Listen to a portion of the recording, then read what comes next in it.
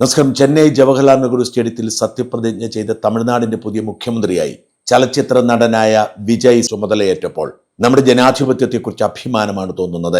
പരമ്പരാഗതവും വ്യവസ്ഥാപിതവുമായ രാഷ്ട്രീയ പാർട്ടിയിൽ പ്രവർത്തിക്കുന്നവർക്കും അതിലെ നേതാക്കൾക്കും മാത്രമല്ല ഏറ്റവും വലിയൊരു സംസ്ഥാനത്തിന് മുഖ്യമന്ത്രിയാവാൻ കഴിയുന്നത് എന്ന് വിജയ് തെളിയിച്ചു.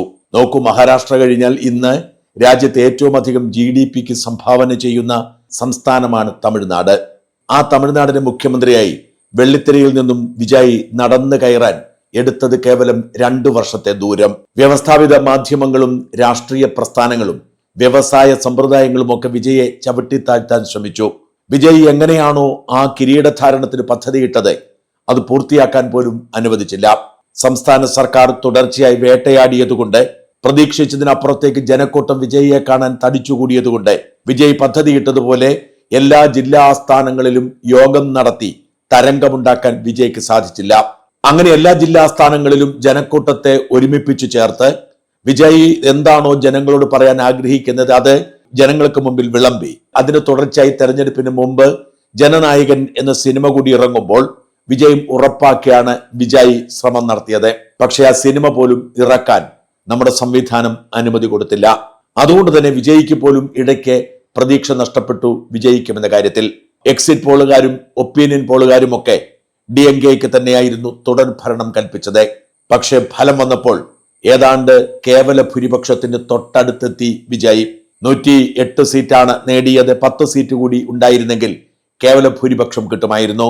അനേകം സീറ്റുകളിൽ വിജയുടെ സ്ഥാനാർത്ഥികൾ തോറ്റുപോയത് നിസ്സാരമായ വോട്ടുകൾക്കാണ്. ഒരു പാർട്ടി എന്ന നിലയിൽ എല്ലാ ഘടകങ്ങളും രൂപീകരിച്ച് അതിന്റെ സംഘടനാ ദൗർബല്യങ്ങൾ മാറ്റാനുള്ള സമയം ലഭിച്ചില്ല. തന്റെ പരിചയക്കാർക്കൊക്കെ സീറ്റ് കൊടുക്കേണ്ടി വന്നു.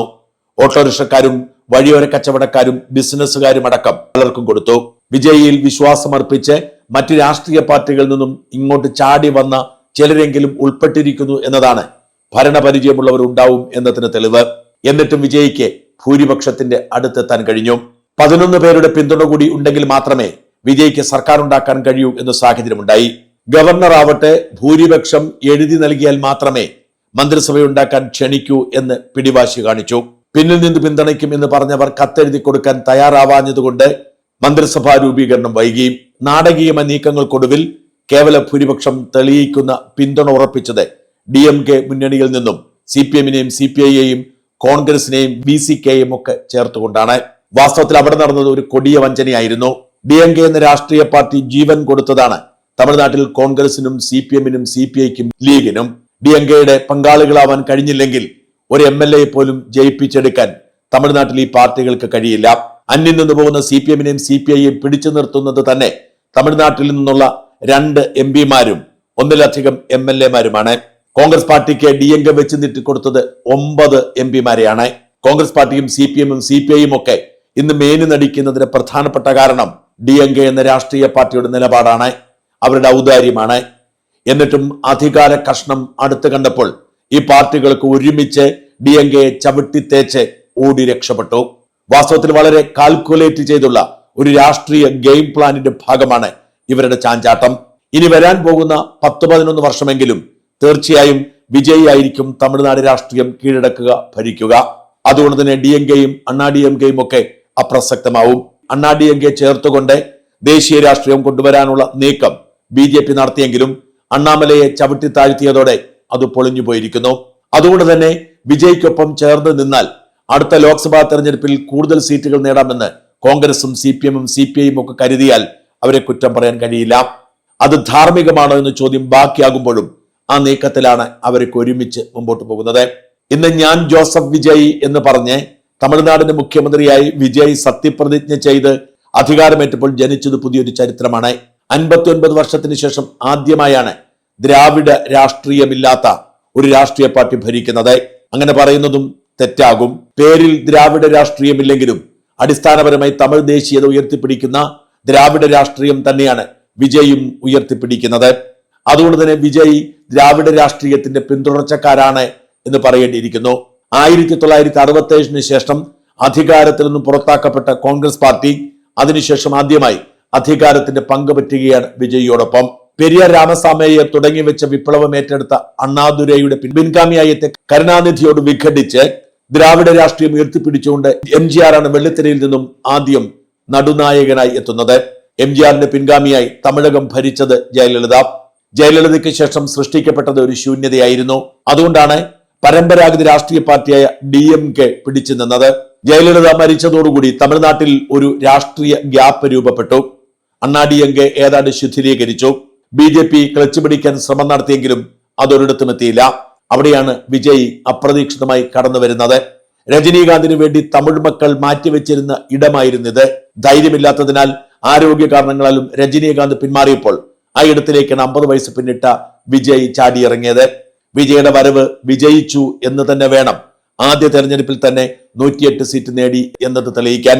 കേവലം 5 സീറ്റ് മാത്രമുള്ള കോൺഗ്രസ് പാർട്ടിക്ക് 2 മന്ത്രിമാരെയാണ് വിജയ് കൊടുത്തത്. ഈ ചെറു പാർട്ടികളെല്ലാം പിന്തുണച്ചാൽ മാത്രമേ വിജയ്ക്ക് പിടിച്ചു നിൽക്കാൻ കഴിയൂ. എന്നാൽ എല്ലാവരെയും ഞെട്ടിക്കുന്ന രാഷ്ട്രീയ തന്ത്രജ്ഞത വിജയ്ക്കുണ്ടെന്നും വിജയ് അത് കയ്യിലെടുക്കുമെന്നുമാണ് സൂചനകൾ. അണ്ണാ DMK പിളർത്തി വലിയൊരു വിഭാഗത്തെ വിജയ് ഒപ്പം ചേർക്കുമെന്ന ഊഹാപോഹങ്ങൾ സജീവമാണ്. അണ്ണാ DMKയിൽ 3-2 പേരെയും ഒപ്പം കൂട്ടാൻ വിജയ്ക്ക് കഴിഞ്ഞാൽ വിജയ് ഇപ്പോൾ നേരിടുന്ന ഭൂരിപക്ഷ പ്രതിസന്ധി മറികടക്കും. തൽക്കാലം വിജയ്ക്ക് സർക്കാർ ഉണ്ടാക്കാൻ കോൺഗ്രസിന്റെയും കമ്മ്യൂണിസ്റ്റ് പാർട്ടികളുടെയും സഹായം ആവശ്യമുണ്ടെങ്കിലും അത് ശാശ്വതമാണെന്ന് വിജയ് വിശ്വസിക്കുന്നില്ല. അടുത്ത നിയമസഭാ തെരഞ്ഞെടുപ്പിൽ ഇവർ ബാർഗെയിനിങ്ങുമായി രംഗത്ത് വരും. അവർക്ക് സീറ്റ് കൊടുക്കാൻ കഴിയുന്ന സാഹചര്യമില്ല. വിജയ്ക്ക് ഇപ്പോൾ വേണ്ടത് അധികാരത്തിലെത്തി പോലീസ് അടക്കമുള്ളവയുടെ നിയന്ത്രണം ഏറ്റെടുത്ത് തന്റെ പാർട്ടി ശക്തിപ്പെടുത്തുകയാണ്. അതുകൊണ്ട് തന്നെയാണ് വിജയ് ഇപ്പോൾ വിട്ടുവീഴ്ച ചെയ്തുകൊണ്ട് CPM-കാരെയും CPI-കാരെയും കോൺഗ്രസുകാരെയും ലീഗുകാരെയും ഒക്കെ കൂടെ ചേർത്തിരിക്കുന്നത്. ഒരു വർഷം എങ്ങനെയെങ്കിലും പിടിച്ചു നിൽക്കാനായിരിക്കും വിജയ് ശ്രമിക്കുക. ഈ കാലയളവിൽ പാർട്ടി ശക്തിപ്പെടുത്തുകയും ഒറ്റയ്ക്ക് മത്സരിക്കാൻ കഴിയുന്ന സാഹചര്യം ഉണ്ടാക്കുകയും ചെയ്യും. ഘടകകക്ഷികളായ കോൺഗ്രസിനെയും ലീഗിനെയും CPM-നെയും ഒക്കെ പ്രകോപിപ്പിക്കുന്ന തരത്തിൽ ശക്തമായ തീരുമാനമെടുത്ത് കേവല ഭൂരിപക്ഷമുള്ള ഒരു സർക്കാർ പ്രവർത്തിക്കുന്നത് പോലെ തന്നെ വിജയ് പ്രവർത്തിക്കാൻ തുടങ്ങുന്നതോടെ മുന്നണിയിൽ അഭിപ്രായ വ്യത്യാസം രൂപപ്പെടും. കോൺഗ്രസിന്റെയും CPM-ന്റെയും ഒക്കെ പിന്തുണയില്ലാതെ ഭരിക്കാൻ കഴിയാത്തതുകൊണ്ട് ഇവർ വലിയ തോതിൽ സമ്മർദ്ദം ചെലുത്താനുള്ള സാധ്യതയുണ്ട്. ആദ്യമൊക്കെ സമ്മർദ്ദത്തിന് വഴങ്ങുമെങ്കിലും ഒരു വർഷം തികയുന്നതിന് മുൻപ് അവരുടെ സമ്മർദ്ദത്തെ തള്ളിക്കളഞ്ഞുകൊണ്ട് വിജയ് വിപ്ലവകരമായ പല നിലപാടുകളിലേക്ക് മാറും. വിജയ് പ്രതീക്ഷിക്കുന്നത് കോൺഗ്രസും CPM-ഉം അടക്കമുള്ള പാർട്ടികൾ പിന്തുണ പിൻവലിക്കുന്ന സാഹചര്യമാണ്. ഇങ്ങനെയാണ് വാസ്തവത്തിൽ കെജ്രിവാളിന്റെ നേതൃത്വത്തിൽ ആം ആദ്മി പാർട്ടി ഡൽഹിയിൽ ആദ്യം അധികാരം പിടിച്ചത്. ഒരേ സമയം കോൺഗ്രസിന്റെയും BJP-യുടെയും അഴിമതിക്കെതിരെ ശബ്ദമുയർത്തിക്കൊണ്ടായിരുന്നു കെജ്രിവാളിന്റെ കടന്നുവരവ്. പക്ഷെ ആദ്യ തെരഞ്ഞെടുപ്പിൽ ഭൂരിപക്ഷം കിട്ടുന്നില്ല. ആരെയാണോ കെജ്രിവാൾ എതിർത്തത് അതിൽ ഒരു പാർട്ടിയായി കോൺഗ്രസിന്റെ പിന്തുണയോടെ ഭരിച്ചു. പക്ഷെ മധുവിധു കഴിഞ്ഞതോടെ കെജ്രിവാളിന്റെ സ്വഭാവം മാറി. കോൺഗ്രസ് പാർട്ടിയുടെ താല്പര്യങ്ങൾ പൂർണ്ണമായും തമസ്കരിച്ച് 3-2 ഭൂരിപക്ഷമുള്ള ഒരു മുഖ്യമന്ത്രിയെ പോലെ കെജ്രിവാൾ പെരുമാറുന്നു. ഒടുവിൽ മനം മടുത്ത് കോൺഗ്രസ് പാർട്ടി പിന്തുണ പിൻവലിക്കുന്നു. വാസ്തവത്തിൽ കെജ്രിവാൾ ആഗ്രഹിച്ചത് അതായിരുന്നു. രക്തസാക്ഷി പരിവേഷത്തോടുകൂടി കെജ്രിവാൾ തെരഞ്ഞെടുപ്പിനെ നേരിടുന്നു.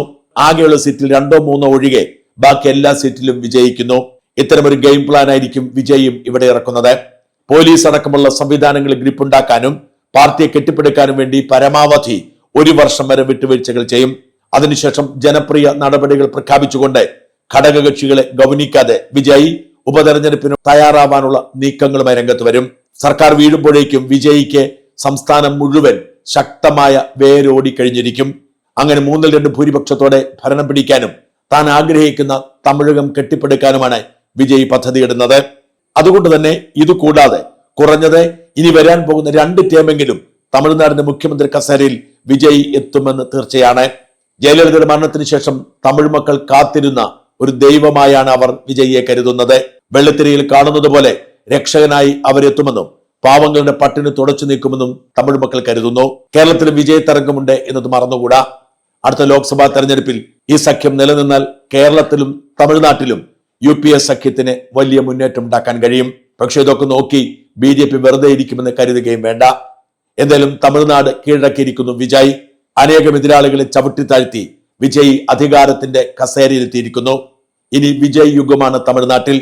അത് എങ്ങനെയായി തീരും എന്നറിയാൻ നമുക്ക് ആകാംക്ഷയോടെ കാത്തിരിക്കാം.